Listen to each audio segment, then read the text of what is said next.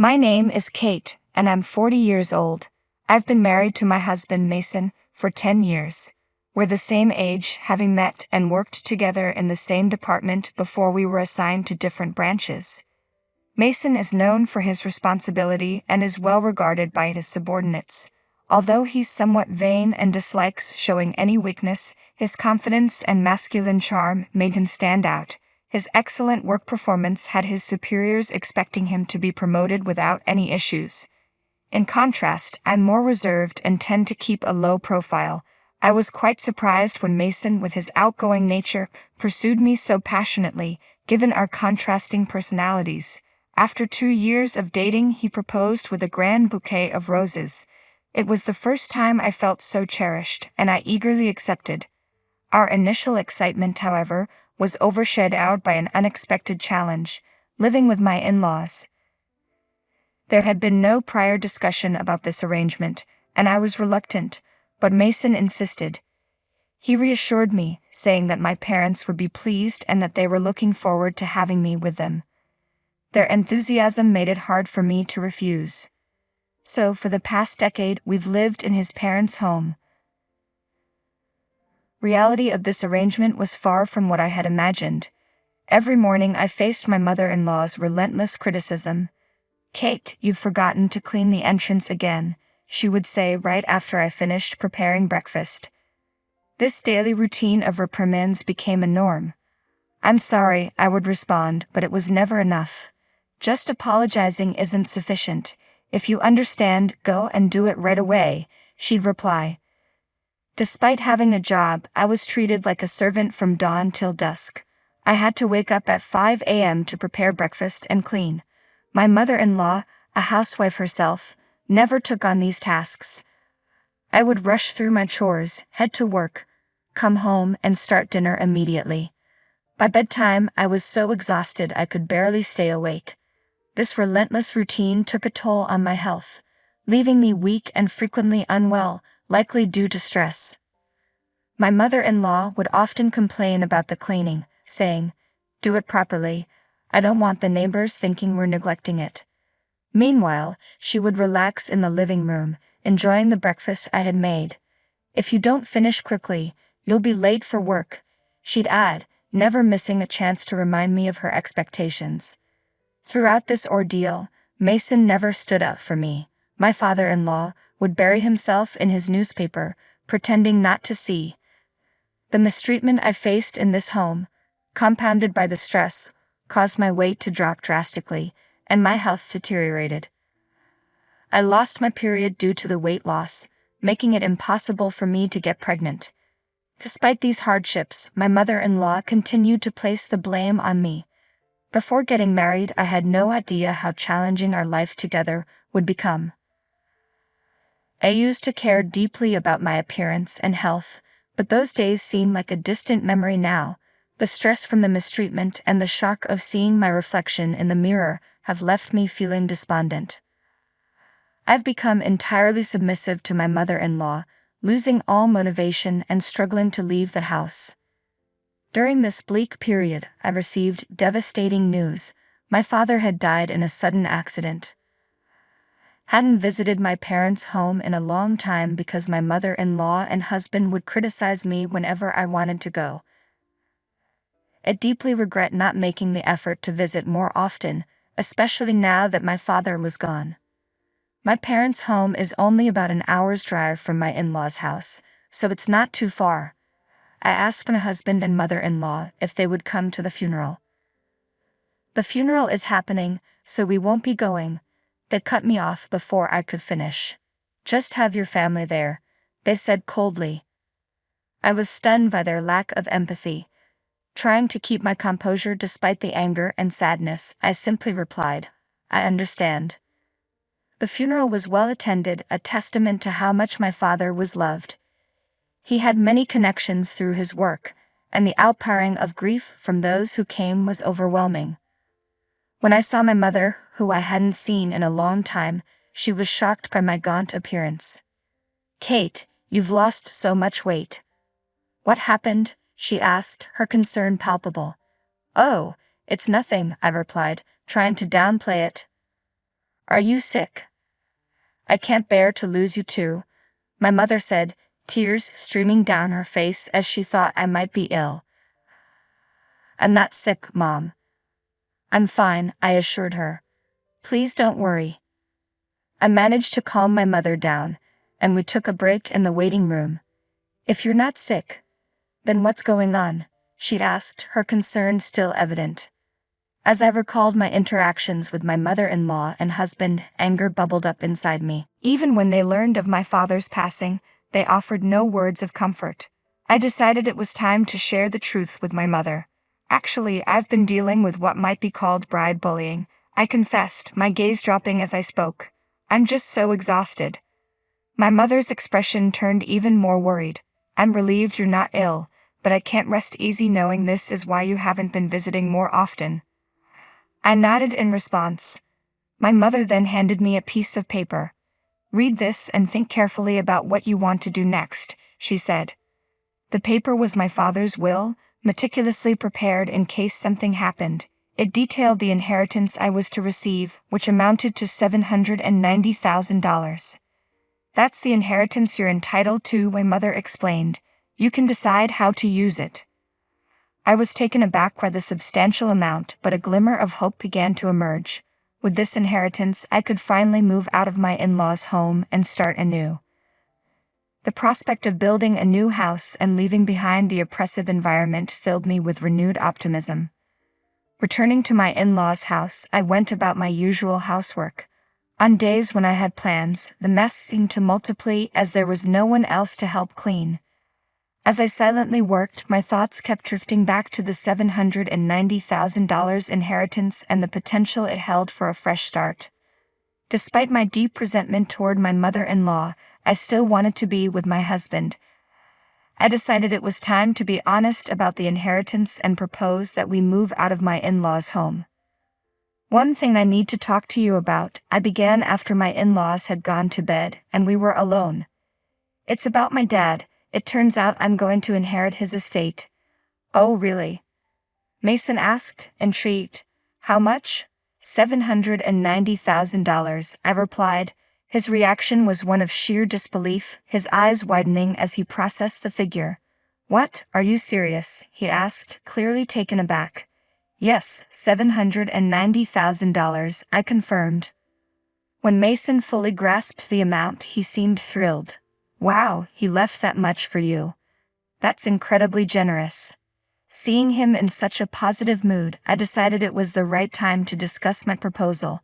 So, about what to do with the money. But before I could finish, he interrupted with something utterly shocking. We need to transfer that money to my mom's bank account right away. I was stunned, unable to process his words. It sounded so absurd I initially thought he was joking. Wait, why? I inherited it, so that doesn't seem right, I said with a laugh, trying to make sense of his request. Mason's face grew serious, and he slammed his hand on the table. What kind of nonsense are you talking about? A wife's money belongs to her mother-in-law. His words were so outlandish that I wondered if he even realized how ridiculous he sounded. As I looked into his serious eyes, fear began to creep in. I'm sorry, I said, feeling a chill. I don't quite understand what you're saying, I said, feeling overwhelmed. All I wanted was to discuss the possibility of building a house for us. Instead, Mason was trying to claim my inheritance as his mother's property. That night, I was so shocked I couldn't sleep. The next morning, as I prepared breakfast, Mason and my mother-in-law confronted me with angry expressions. So, Kate, my mother-in-law began. I heard you inherited $790,000, but said you wouldn't give it to me. What are you thinking?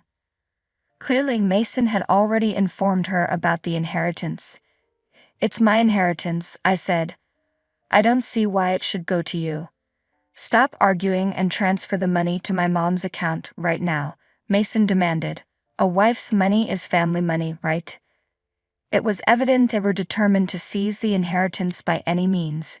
No matter how much I resisted, they only blamed me. Realizing that further resistance was futile, I fell silent. Mason then handed me a piece of paper. You're getting carried away just because you've come into some money. What's with the attitude? I'm the one supporting you. If you don't change your mind, it's divorce." The paper was a divorce form, and Mason had already filled out his part. "Take this and go back to your parents' house. If you apologize properly, I might reconsider the divorce," he added coldly. Holding the completed divorce form, I felt a wave of memories wash over me. I had never been supported in this house. I contributed equally to living expenses and handled all the housework, yet I was always looked down upon. In the end, they even tried to take my father's money. If I stayed, I might give in to their demands and hand over the inheritance. But this money was a gift from my father, and it felt like an opportunity to assert control over my future. With the filled-out divorce form in hand, I realized I now had the power to make decisions for myself and decide what was next. I resolved firmly in my heart that I would never give up my father's inheritance and made a decisive plan. That evening, after work, I returned to my parents' house. "I'm home," I called out as I entered. "Welcome back, sweetie," my mother greeted me with a warm smile. "I had a feeling you'd be coming home soon." Her gentle demeanor and the comforting aroma of home-cooked dishes greeted me. I felt utterly worn out from everything I'd been through. As I took a bite of the warm meal, tears welled up in my eyes, moved by the simple, genuine comfort of it. "Did you tell Mason about the inheritance?" my mother asked. "Yes, and that's when things got complicated," I replied, sharing everything that had transpired with my husband and mother-in-law. My mother was visibly shocked by their reaction. "The inheritance is yours, and it's up to you to decide how you want to live your life from now on," she said, gently wrapping her arm around my shoulders as tears continued to stream down my face. After spending a week at my mother's house, I felt ready to face the situation head-on. "Well, I'm going now," I said as I prepared to leave. "Take care," my mother replied, her concern evident. I was no longer afraid to return to my in-laws' house. With a renewed mindset, I headed back, determined to stand my ground. "Finally back, huh?" My husband and mother-in-law greeted me, arms crossed. "Have you reflected on your actions?" "Yes, I'm sorry," I said, my voice steady. "Please let me stay in this house." I offered an apology that felt hollow and insincere. My mother-in-law's smirk widened as she responded, "Then hurry up and hand over the inheritance." "Actually, the inheritance procedures are taking longer than expected," I said. "It's still not finalized. It's a complicated process, and it will probably take another 6 months or more." "It takes that long?" she asked, seemingly indifferent. "Well, that's fine," she replied, as if satisfied that I would eventually comply. They seemed content, believing I would obediently hand over the inheritance when the time came. Meanwhile, they continued to berate me about the state of their home after my week away. "The house is a mess because you didn't fulfill your duties as a wife. Clean it up quickly," they demanded. The house was indeed in disarray after just a week, and it was surprisingly filthy. It was almost impressive how quickly it had deteriorated. I used to be devastated by such conditions, but now things had changed. I no longer cared about enduring my mother-in-law's bullying or being pressured into exhausting housework. I completed the housework as instructed by my mother-in-law. 10 months later, it was her birthday. "Well, we're heading out now," she said with a hint of satisfaction. "Make sure the house stays clean while we're gone." As usual, she was going on a trip for her birthday, and of course, she never invited me. "By the way, have you received the inheritance yet?" she asked. "It's supposed to arrive today," I replied. "Well, that's perfect. That $790,000 is a present for my mom. Make sure to transfer it to her account before we get back."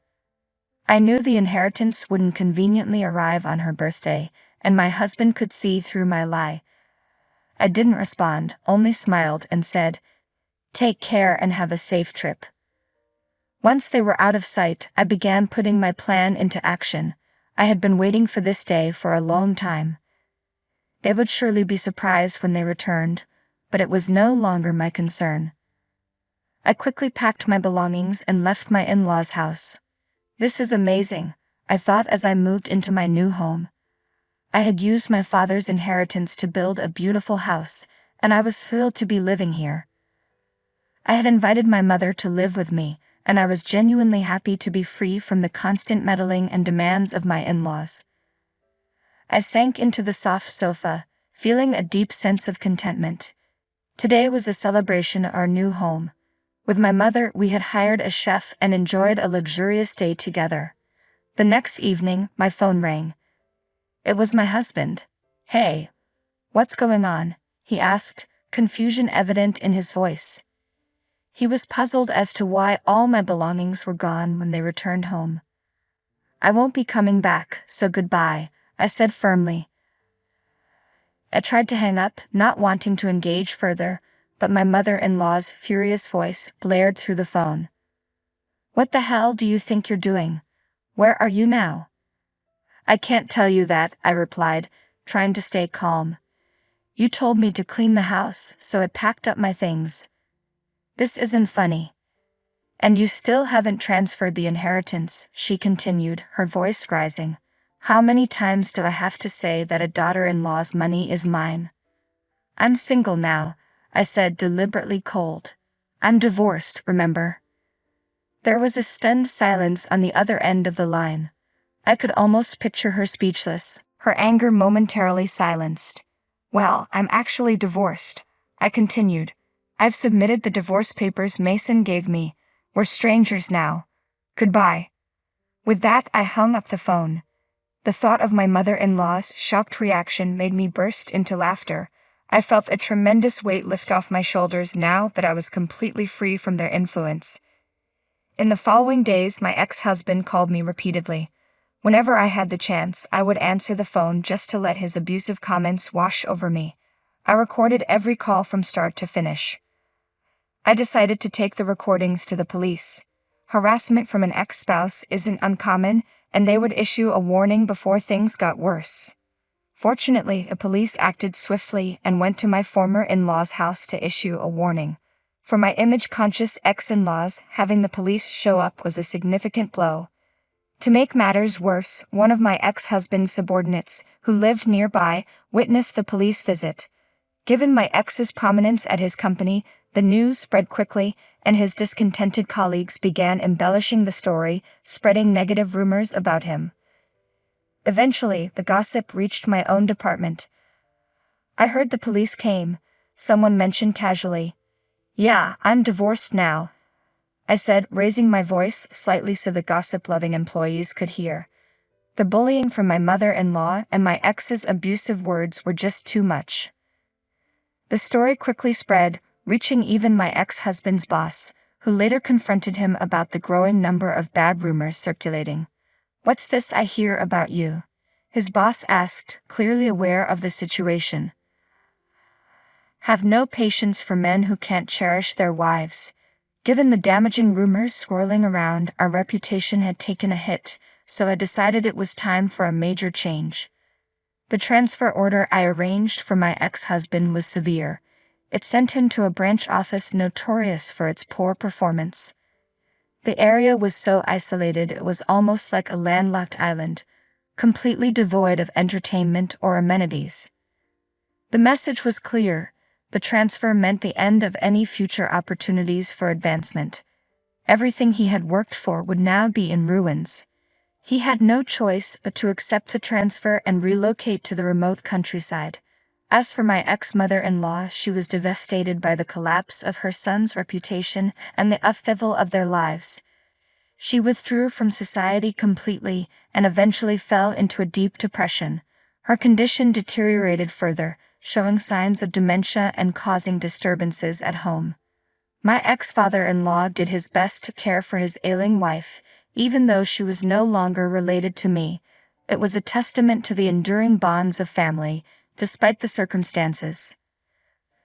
The consequences of their ongoing harassment had come full circle, and I felt a sense of justice seeing them face the repercussions.